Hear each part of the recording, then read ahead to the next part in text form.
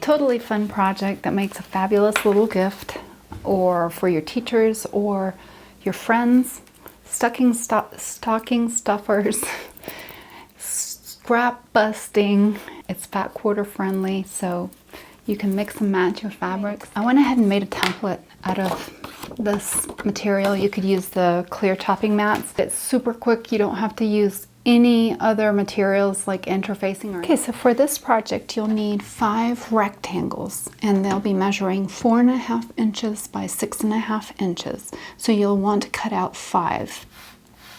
The way you're going to press them is you're going to leave one flat, and you're going to press 2 of them short ways, so in half. So you'll have 2 like so, and then you'll have 2 of them pressed lengthwise. You'll need 1 square that measures 3 inches by 3 inches in a coordinating fabric, and a 3/4 inch lobster clasp. You'll need some pins and some coordinating thread if you'd like, and a sewing machine. For the little loop, all you'll do is take it to the ironing board and press it with the wrong sides together in half first, and then you'll take the raw edges and press them inwards, put it in half again, and press it. So the first thing we're going to do to make this is we're going to go to the sewing machine and sew down the sides at 1/8 of an inch from the edge with a 2.5 millimeter stitch length, or 3 millimeter, whatever you prefer. Obviously you'd probably use thread that matches your fabric. I'm just using white so you can kind of see it. So set that to the side. To assemble.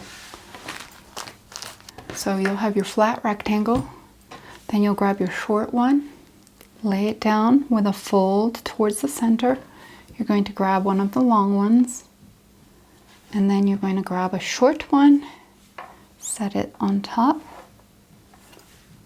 and then the last one goes lengthwise, and then you tuck it under, kind of like when you're closing the top of a box.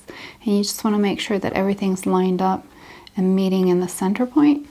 And go ahead and clip or pin all the way around.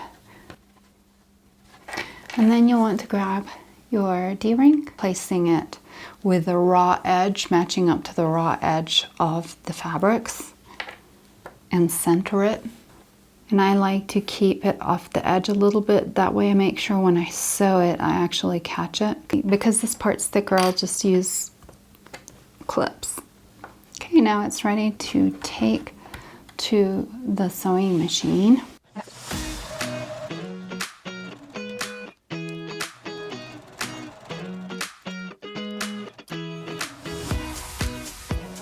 Go slower over the thicker part, and you can back stitch a couple of times over it to secure it.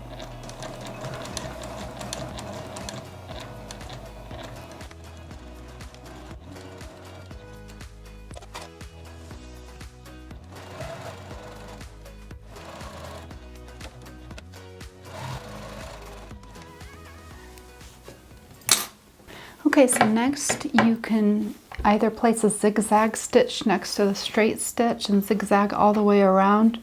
You could use pinking shears, or you could use your serger to serge around, whatever you want to use as your preferred method to stop the fabric from unraveling.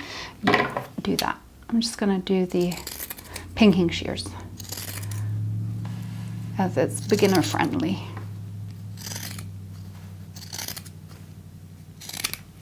I'm just cutting on the diagonal at the points, just so to help the points slip out. Okay, so it's ready to be turned out.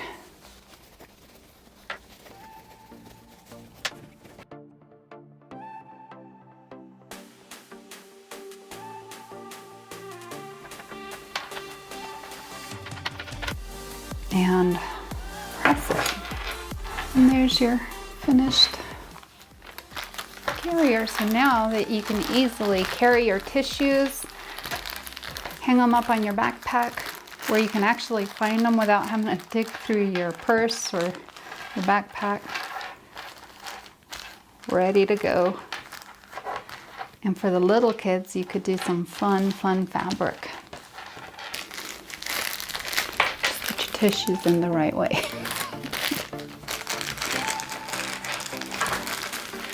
Hope you enjoyed this tutorial, and I hope it'll be fun for you to make.